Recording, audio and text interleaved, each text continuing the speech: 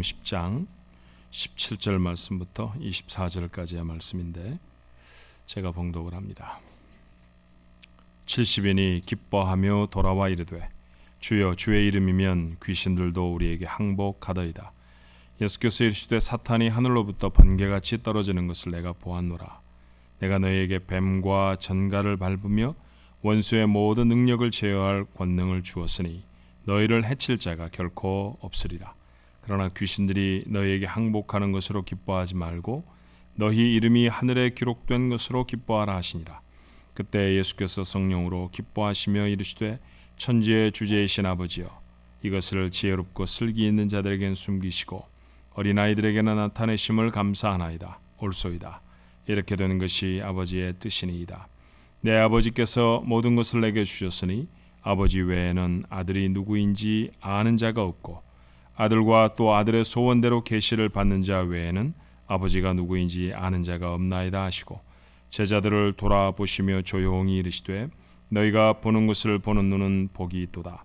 내가 너희에게 말하노니 많은 선지자와 임금이 너희가 보는 바를 보고자 하였으되 보지 못하였으며 너희가 듣는 바를 듣고자 하였으되 듣지 못하였느니라.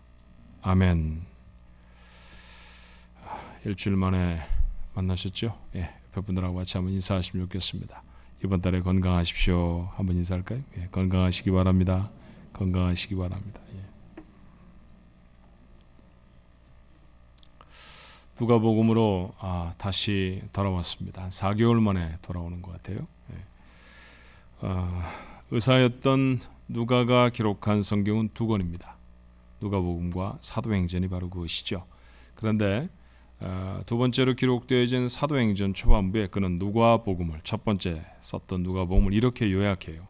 사도행전 1장 1절로 2절의 말씀에 데오빌로요, 내가 먼저 쓴 글에는 무릇 예수께서 행하시며 가르치시기를 시작하심부터 그가 택하신 사도들에게 성령으로 명하시고 승천하신 날까지 이를 기록하였노라.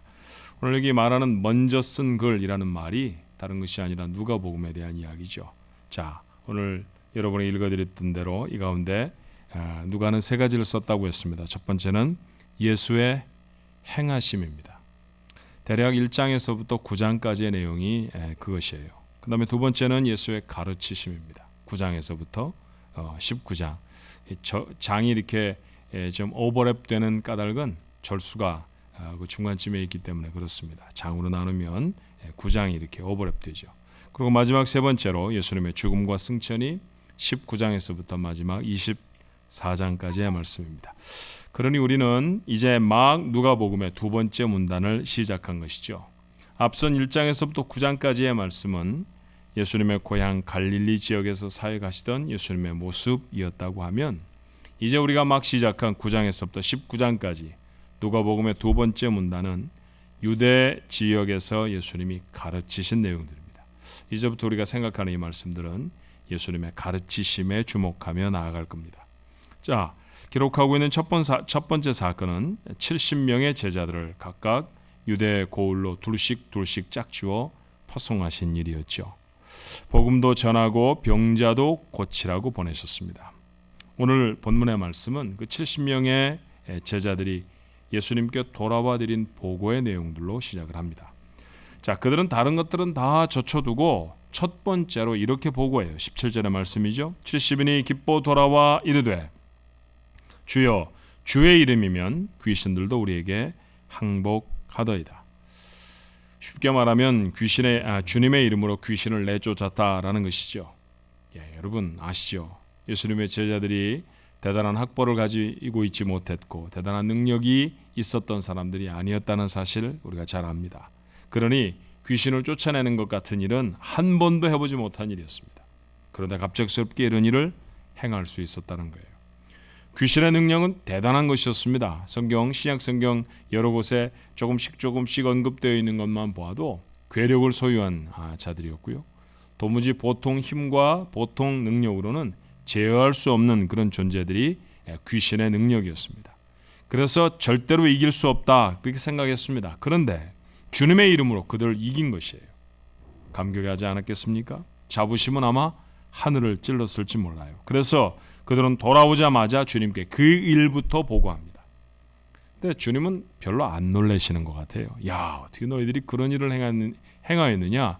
그렇게 말씀하지 않으십니다. 이미 다 알고 계셨죠. 18절의 말씀에 예수께서 이르시되 사탄이 하늘로부터 번개같이 떨어지는 것을 내가 보았노라.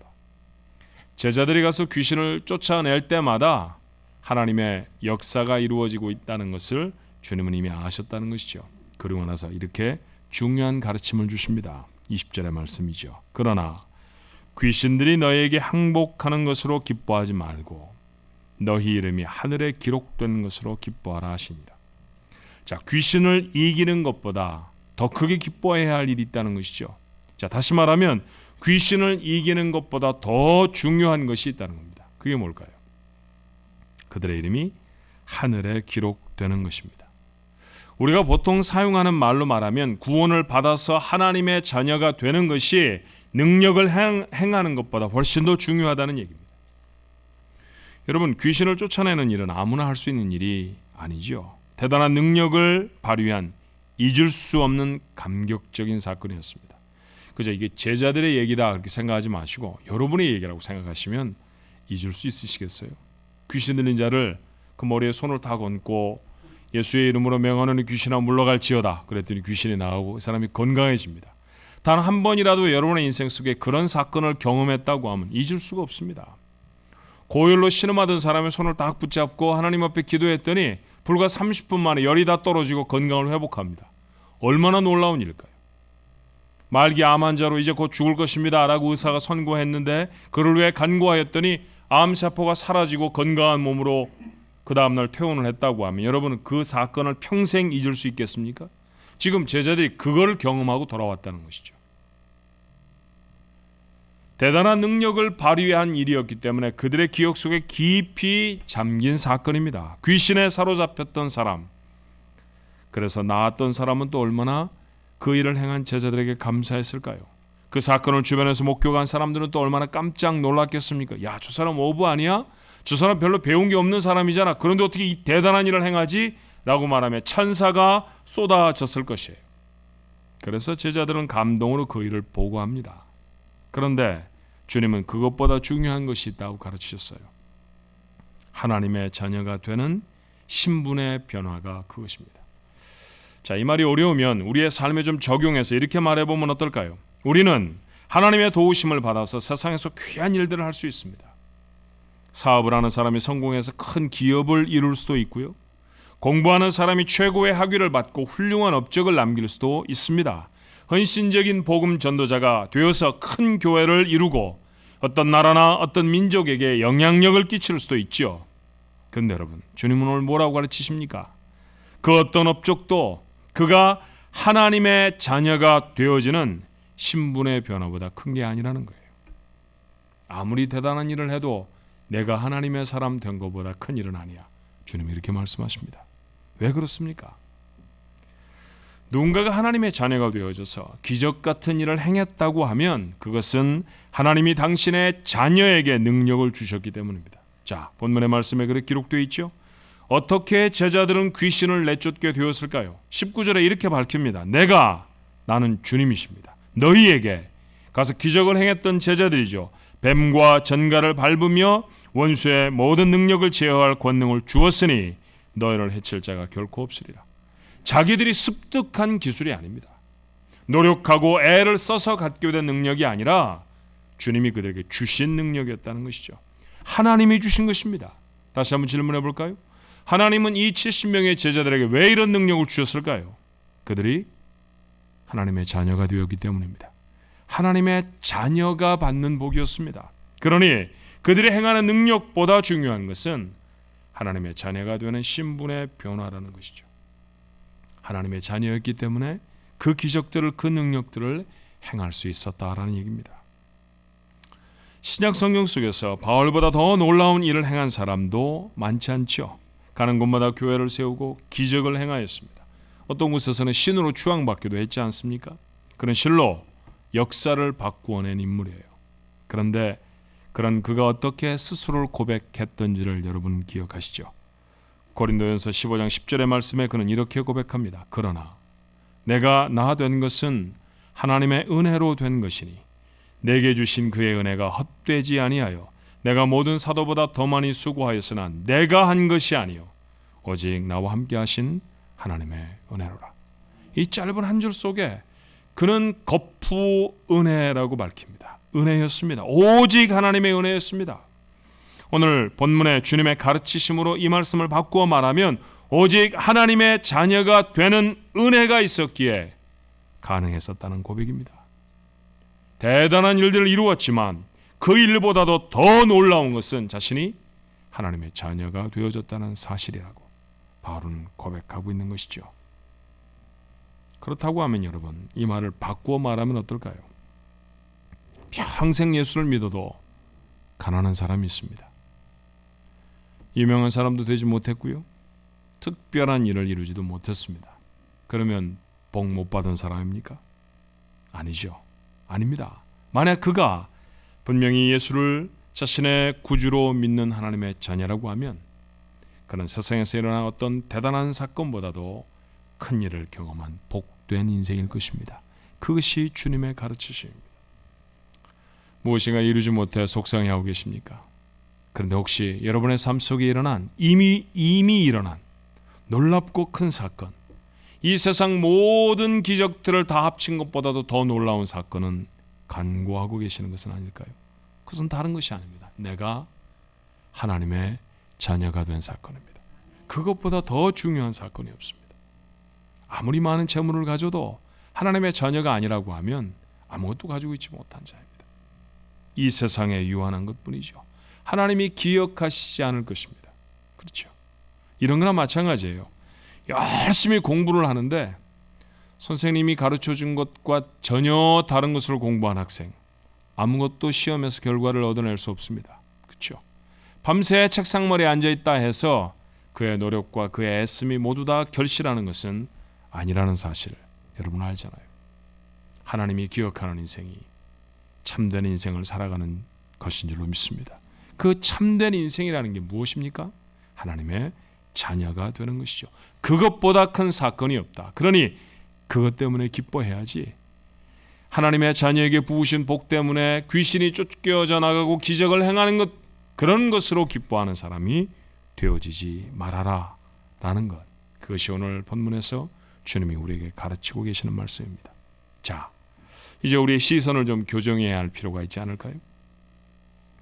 한 인생의 크기를 그가 이룬 현상으로 평가하려고 하는 시선에서 바꾸어서 그를 하나님의 자녀로 바꾸신 하나님의 사건으로 보아야 할 것입니다. 아, 저 사람 돈 많이 번 사람이야. 아, 저 사람 지위가 높아진 사람이야 라는 것에 우리가 얼마나 많이 현혹되는지 몰라요. 사실은 주님에게 그건 아무것도 아닙니다. 하나도 중요할 게 없는 것이죠. 정말로 중요한 것은 무엇입니까? 그 인생이 주를 만나서 하나님의 자녀가 되어진 것입니다. 인생을 이렇게 보면 몇 가지 정리가 됩니다. 우리는 눈에 보이는 무언가를 이루려고 애쓰지 않습니까? 돈을 벌려고 애쓰고 더 높은 자리에 오르려고 애를 쓰고 더 큰 일을 이루려고 힘을 기울입니다. 그리고 그 목적을 이루면 성공한 인생이고 그렇게 하지 못하면 실패한 것처럼 생각이 듭니다. 근데 오늘 본문의 말씀을 보니 주님의 가르치심은 다르지 않습니까? 정작 중요한 것은 눈에 보이는 현상이 아니라 내가 누군가 하는 것입니다. 그러니 우리가 늘 인생 가운데 던져야 하는 질문은 내가 무엇을 이루고 있는가가 아니라 내가 얼마나 하나님의 자녀인가 하는 것입니다. 더 적나라하게 말하면 내가 얼마나 많은 돈을 버는가, 그것이 중요한 것이 아니라 내가 얼마나 하나님의 자녀답게 돈을 벌고 있으며 얼마나 하나님의 자녀로 그 돈을 집행하고 있는가 하는 것이에요. 최근에 제가 열심히 읽고 있는 책은 데이빗 플래시라고 하는 목사가 쓴 책들입니다. 알라바마주 버밍엄의 브룩힐즈라고 하는 교회 목사입니다. 사실 알라바마주 하면 캘리포니아에 비해서는 좀 시골처럼 느껴지지 않습니까? 땅콩 뭐 이런 거 생각나는 그런 주인데, 이 목사님이 도전적인 책 하나를 썼어요. 그 제목이 radical이라는 말입니다. radical이라는 말을 우리말로 직역을 하면요, 뭐 극단적인 뭐 그런 것 될까요, 그죠? 그는 이 책의 처음부터 끝까지 우리가 너무나 예수님의 가르침에서 멀리 떠난 삶을 살고 있다고 지적합니다. 극단적으로 보일 정도로 그는 하나님의 말씀으로 돌아가야 한다는 도전을 담은 책이 바로 레디컬이라는 책이에요. 그 책에 하나 에피소드가 소개되어 있습니다. 한 번은 그가 마가복음 10장의 부자 청년에 대해서 설교를 했죠. 우리도 잘 아는 말씀입니다만 한 부자 청년이 예수님께 나와서 영생을 얻는 방법에 대해 묻습니다. 예수님이 그에게 대답하세요. 계명을 다 지켜라. 놀랍게도 나이가 적었던 사람이니까 청년이라고 말하지 않았겠습니까? 이 청년은 젊은 나이에 이 계명을 다 지켰다고 자신 있게 말합니다. 또 주님의 정말 하시고 싶었던 말씀은 그 다음 말씀이죠. 마가복음 10장 21절은 이렇게 주께서 하셨던 명령을 기록해요. 예수께서 그를 보시고 사랑하사 이르시되 내게 아직도 한 가지 부족한 것이 있으니 가서 내게 있는 것을 다 팔아 가난한 자들에게 주라. 그리하면 하늘에서 보화가 내게 있으리라. 그리고 와서 나를 따르라 하셨습니다. 여러분, 예수님이 그에게 말씀하십니다. 내게 있는 것을 다 팔아서 가난한 자들에게 나눠주고 나를 따르라. 어떤 말씀이 제일로 가슴에 쿵 하고 와닿았습니까? 제가 한 10번쯤 이 구절을 읽어봤는데요. 저는 한 단어더라고요. 다. 내게 있는 것을 조금 팔아서 가난한 자들에게 나누어주고 나를 따라라. 그러면 이건 가능할 수도 있어요. 그런데 뭐라고 말씀하십니까? 다 합니다. 영어 성경은 everything. 네가 가지고 있는 everything을 다 팔아서 가난한 사람들에게 모두 다 나누어주고 나를 따르라. 틀림없이 과격한 데이빗 목사는 그렇게 살아야 한다라고 도전했을 거예요. 그 설교를 마치고 나서 그 설교를 들었던 그 교회 한 부자 교인이 목사님을 찾아와서 대뜸 이렇게 말합니다. 목사님, 그런 이야기를 하시다니 제정신이십니까? 그 다음은 무슨 일이 일어날지 뻔하잖아요. 그 대화가 어떻게 진행되어져야 할지. 참 목사도 마른 침을 꿀꺽 삼키고 이제 어떻게 대답을 해야 하나, 이 사람을 어떻게 설득해야 하나 궁리를 하고 있는데 한참 뜸을 들이더니 이 사람이 이렇게 이어갑니다. 하지만 맞는 말씀이라고 생각합니다. 그래서 마음에 떠오른 생각을 실천하기로 작심했습니다. 그가 늘어놓는 다음의 이야기는 그의 재산을 어떻게 처분해서 어떻게 나누어 줄지에 관한 설명들이었어요. 그리고 그 부자의 마지막 말을 데이빗 목사는 이렇게 소개합니다. 제가 잘못을 저지르는 것이 아닌지 의구심이 들기도 했습니다.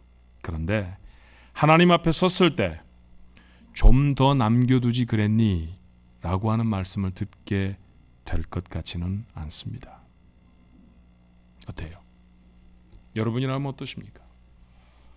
부자가 되어져서 부자가 되기 위해 애를 썼던 수많은 시간들이 있었을 것입니다. 그런데 하나님 말씀 한 편을 가슴에 담고 이 사람의 삶이 달라지죠. 삶에 바라보는 시선들이 달라졌습니다. 더 많이 모으는 것이 중요한 것이 아니라 하나님이 자신의 삶 속에 주신 것을 어떻게 하나님의 자녀로 사용하는가 였습니다. 그리고는 나누었습니다. 이것이 시선을 바꾼 하나님의 자녀들의 삶입니다. 얼마나 많은 부분에서 주님의 이 가르침이 나타나야 하는지 몰라요. 사랑하는 조한가족 여러분, 여러분은 말을 할 때 어떤 목적으로 말을 합니까? 사람들에게 감동을 주는 말을 하고 싶죠. 내가 말을 하고 난 다음에 사람들이 나를 칭찬해 줬으면 좋겠습니다. 어떻게 그런 걸 아세요? 어떻게 말씀을 이렇게 잘하세요? 어떻게 이렇게 감동적인 이야기죠? 그런 칭찬을 듣고 싶어서 말을 이리 따지고 저리 따지고 정리를 해서 하게 될 때가 참 많아요. 우리 말을 그렇게만 하지 그런 목적으로만 사용하지 않고 또 다른 목적으로 하기도 합니다. 콱 한번 박아주고 싶은 그런 말도 합니다. 그죠? 내가 한번 본때를 보여줘야 할 거야. 그러면 사용했던 많은 말들이 있습니다. 근데 여러분 아십니까? 오늘 주님의 가르침으로 시선을 바꾼 사람들은 다르게 질문합니다. 내가 어떻게 사람들에게 감동이 되는 말을 할까가 아니라 내가 어떻게 저 사람의 마음에 딱 박혀지는 말을 할까가 아니라 내가 하려고 하는 말은 하나님의 자녀가 하는 말인가? 질문의 내용이 달라지죠. 만약 우리가 이런 기준으로 말하고 행동해 왔다고 하면 우리의 삶은 얼마나 많이 거룩해졌을까요? 우리는 위기를 당하면 거짓을 동원하거나 진리를 비껴가는 비겁함으로라도 그 상황을 모면하려고 합니다. 얼마나 단 한 번의 거짓말이 내가 지금 맡고 있는 이 곤란하고 답답한 상황을 반전시킬 수 있다라고 하는 유혹을 받게 되는지 몰라요. 그렇죠? 여러분, 그런 경우가 얼마나 많습니까? 어떤 모임에 늦었을 때 분명히 내가 넥타이 이것저것 골라매다가 늦었습니다. 그런데 아유 많이 늦으셨네요 라고 물어보면 뭐라고 말하고 싶습니까? 차가 막혀서요 라고 말하고 싶습니다. 정말 그런 유혹을 많이 받습니다. 제가 넥타이 골라매느라고 늦었습니다 이렇게 말하면 사람들이 다 나를 우습게 볼 것 같습니다. 그래서 막히지도 않은 뻥 뚫린 고속도로를 달려와 놓고 차가 막혀서요 했던 적이 제게만 있는 건 아니죠. 우린 정말 그런 유혹을 많이 당합니다. 그건 정말 아무것도 아닌 거짓말이지만 사실은 그런 거짓말이 증폭되어지다 보면요, 우리의 삶에 얼마나 많은 국면에서 거짓으로 비겁함으로 돌파하고 싶은 위기의 순간이 많은지 모릅니다. 근데 여러분, 확실한 것 있잖아요. 하나님의 자녀는 그렇게 살지 않아야 합니다. 작은 것에도 우리는 하나님의 자녀라고 하는 존엄성을 잃어버리지 않아야 합니다. 거짓말로 내 삶을 대충 포장하며 사는 것, 그것은 하나님의 자녀가 살아야 할 모습은 아닙니다. 한 번은 이런 얘기를 읽은 적이 있어요. 어떤 회사의 회계부서에 근무하고 있는 신실한 그리스도인 청년에 대한 이야기입니다. 상사가 장부를 조작해서 거짓말로 작성해서 비자금을 조성하라고 명령합니다. 웬만한 기업에서는 그런 일은 관행처럼 되어지는 일이라고 그래요. 신실한 청년은 고민을 하다가 상사에게 찾아가 저는 크리스찬입니다. 저는 교회에 다니고 있습니다. 그래서 부장님이 제게 하시는 말씀을 그대로 따를 수가 없습니다. 자, 그 다음 스토리는 어떻게 되어졌어야 할 거라고 생각이 되십니까? 처음에 조금 어려움이 있었지만 부장은 후에 정말 그 일 때문에 어려움을 당했고 그래서 맞아 그 신실한 청년이 하는 말이 맞았어 라고 그 청년을 더 귀하게 여겨서 그 부서에서 더 승급을 하고 더 높은 사람이 되어지고 그리고 하나님의 축복을 받았다. 이렇게 해피엔딩으로 우리의 머릿속에 이야기를 그리고 싶지요. 근데 여러분, 우리가 사는 세상은 죄악된 세상이고 이야기는 그렇게 전개되지 않는 경우가 태반입니다. 이 청년은 곧 해고되어졌고요. 그리고 새로운 직장을 얻기까지 가난하고 힘든 시간을 한참을 지내야 했습니다. 정말 천신만고 끝에 새로운 직장을 얻었지만 전에 쫓겨난 직장보다는 대우가 형편없는 그런 직장이었습니다. 자, 세상의 사람들은 말할 겁니다. 그거 하지. 다들 그렇게 해야 되는 것이 아닌가? 잠깐 눈 찔끔 감고 하면 되잖아. 당신만 크리스천은 아니잖아 라고 말할 것입니다. 세상에 많은 지혜로운 사람들은 이 청년을 보고 미련한 결정을 했다고 말할 것이고 이 청년을 루저, 모든 것들을 다 잃어버린 사람이라고 말할 것입니다. 정말 이 청년은 다 잃어버린 것입니까? 얻은 것은 아무것도 없을까요? 이 청년이 좋은 직장을 잃어버리고 많은 쌀러리를 잃어버리고 고통스럽고 고민스러운 삶을 살아가야 하는 정말로 힘겨운 시간을 그의 삶에 담으면서 그 삶에 이루어냈던 것은 없나요? 있습니다. 돈보다도 더 중요한 것, 이 세상에 눈에 보이는 현상과는 바꿀 수 없는 것, 청년이 이루었죠. 그것은 하나님과의 거리를 좁힌 것이죠. 더 하나님의 자녀가 되는 것이죠. 이게 그리스도인의 삶입니다.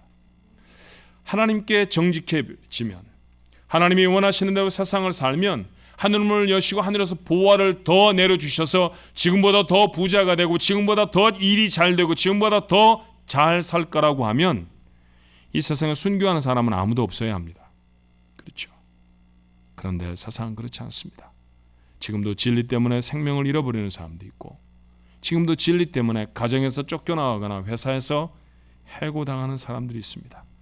그들은 이 세상에서 어떤 보상도 받을 수 없습니다. 그럼에도 불구하고 그렇게 살아야 하는 까닭이 무엇인가요? 더 중요한 것이 있기 때문입니다. 그의 파켓에 들어오는 돈보다 더 중요한 것은 무엇인가요? 하나님의 자녀됨입니다. 더 분명한 하나님의 자녀가 되는 것이죠. 더 분명한 하나님의 사람이 되는 것이죠. 정말 이것이 그리스도인의 삶의 가장 중요한 원칙과 삶의 기준이 되어야 하는 것 아닙니까? 무엇 때문에 예수를 믿으십니까? 목초 앞에 가서 목탁을 두드리고 염주를 굴리면서도 사람들은 말합니다. 우리 자녀가 좋은 대학에 가게 해주십시오. 제가 부자가 되게 해주십시오. 건강하게 해주십시오. 예배당에 와 십자가가 걸려있는 곳에 무릎을 꿇고 머리를 숙여서도 똑같은 기도를 합니다. 하나님, 우리 아이가 좋은 대학에 가야 합니다. 나는 건강해야 하고요. 내가 경영하고 있는 기업은 잘 되어서 돈을 더 벌어야 합니다. 뭐가 다릅니까? 나무 우상에 절하는 사람과 살아계신 하나님을 알고 있다는 사람들의 간구가 똑같다고 하면 우리는 정말 예수를 믿는 사람 맞습니까? 주님은 아니라고 말씀하세요. 더 중요한 것이 무엇인지 아는 사람들이 되어져야 합니다. 삶 속에 거룩함을 이루어내고 어떻든지 하나님의 원하시는 자녀의 모습으로 변화되어지는 것, 어제보다는 조금 더 분명한 하나님의 자녀가 되어지는 것, 어제보다는 더 거룩한 인생이 되어지는 것, 그것이 우리 인생이 붙잡아야 할 더 중요한 것 아닙니까? 그 일을 위해서라고 하면 물질을 좀 내려놓을 수도 있어야 하고요. 그 일을 위해서라고 하면 내가 이루고 싶은 것들을 포기할 수도 있습니다. 우리는 여전히 세상의 지혜와 세상의 슬기에 도전을 받지요. 세상은 우리에게 현상을 바라보라고 말합니다. 그렇게 살아서는 안 된다는 것이죠. 눈에 보이는 것, 눈에 보이는 큰 것들을 이루어 하나님의 영광을 드러낸다고 우리에게 그렇게 유혹을 하곤 합니다. 예수 잘 믿고 부자 되어야 되잖아. 그래야 사람들에게 주님 좋은 분이라고 말하지. 예수 잘 믿고 병 고쳐지고 오래 살고 자녀 잘 되어야, 그래야 주님이 좋으신 분이라고 세상에 증거할 수 있는 건 아니야. 그러니 그렇게 살아야 해 라고 말이죠. 그런데 그것은 가리워진 반쪽짜리의 진리에 불과합니다. 예수 잘 믿고 하나님의 신구는 축복을 누릴 수도 있지만, 그러나 정말 예수를 잘 믿고 하나님의 복을 받는 것은 삶 속에 눈에 보이는 현상들을 담는 것이 아니라 내가 하나님의 더 분명한 자녀가 되는 것입니다. 주님은 이렇게 기도하시죠. 누가복음 10장 21절에 그때 예수께서 성령으로 기뻐하시며 이르시되, 여러분 아세요?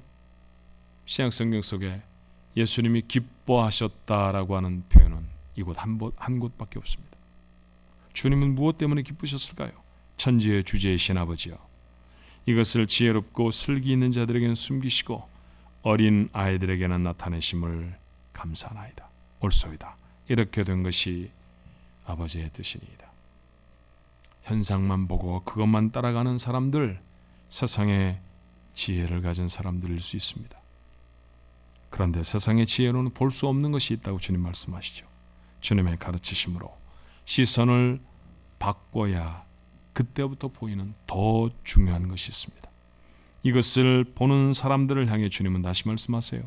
오늘 본문 23절에 제자들을 돌아보시며 조용히 이르시되 너희가 보는 것을 보는 눈은 복이 있도다.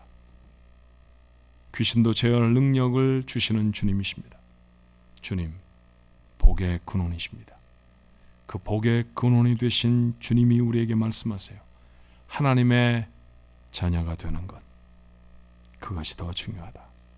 더 중요한 것을 붙든 사람이 정말 복받은 사람이다. 진짜 복받고 싶지 않으십니까? 너도 나도 다 종교라는 이름의 우산을 쓰고 있으면 모두가 다 원하는 그런 복 말고 말이죠. 하나님이 말씀하시는, 주님이 우리에게 말씀하시는 진짜 복된 인생 되어야 하는 것 아닙니까? 그것이 우리 삶이 붙들어야 할 삶의 목적입니다. 얼마나 더 살 수 있을까요? 하루, 어쩌면 1년, 어쩌면 10년. 우리는 모릅니다. 얼마나 우리의 인생이 남았는지. 남은 인생 동안 무엇을 이루고 싶으세요? 하나님의 자녀 되어짐 아닙니까? 어제보다 더 분명한 하나님의 자녀. 어떤 목사님이 쓰신 책의 제목처럼 레디컬하게라도 정말 더 분명하고 더 절절하게 하나님의 자녀일 수 있다고 하면 손에 쥐운 것이라도 내려놓으리라. 내가 목조하고 소망하던 것들까지라도 다 포기해버리리라. 그런 다짐이 우리에게 있을 때 정말 진리를 아는 사람입니다. 그 사람이 진짜 복된 사람이라고 주님은 말씀하십니다. 주님의 진짜 가르침 우리의 가슴에 담고 우리의 삶이 주께서 말씀하시는 정말 복된 삶 되어지시기를 주님의 이름으로 축원합니다. 기도하십시다. 눈에 보이지 않는 것들을 볼 수 있는 능력이 우리에겐 분명히 있습니다. 그런데 눈을 질끈 감고 세상 사람들이 보는 것만 보려고 했던 모습, 그래서 늘 비겁한 그리스도인이고, 그래서 늘 부끄러운 그리스도인으로 살아갔던 저의 모습은 아니었는지요. 주님 오늘 우리에게 말씀하십니다. 눈에 보이는 기적이 나타나는 것 때문에 기뻐하지 말고, 손으로 행하여서 이루어낸 업적 때문에 기뻐하지 말고, 그 일들 모두를 다 더해도 내가 하나님의 자녀 되어진 것, 그것과 바꿀 수 없다는 사실을 기억하라고 말씀입니다. 오늘 우리들이 이 인생을 살아가면서 더 중요한 것을 붙드는 지혜가 있게 하여 주시옵소서. 우리가 가진 모든 것들을 동원해서라도 할 수만 있으면 더 주님의 자녀 되어지는 모습, 그것이 바로 우리가 추구해야 할 인생임을 기억할 수 있게 하여 주시옵소서. 우리가 경제활동을 하는 자리면 그 자리를 통해 주님의 자녀됨을 세상에 증거할 수 있게 하옵소서. 우리가 공부하는 사람들이라고 하면 우리가 열심히 학문을 연구하고 열심히 공부하는 바로 그 자리에서 하나님, 우리가 하나님의 사람이라는 사실이 나타날 수 있게 도와주시옵소서.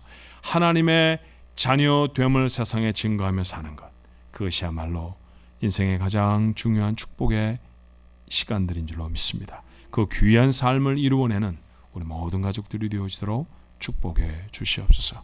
더 중요한 것이 있다, 주님의 가르치심을 가슴에 담는 귀한 아침 되게 하옵소서. 예수님 이름으로 간절히 기도하옵나이다. 아멘.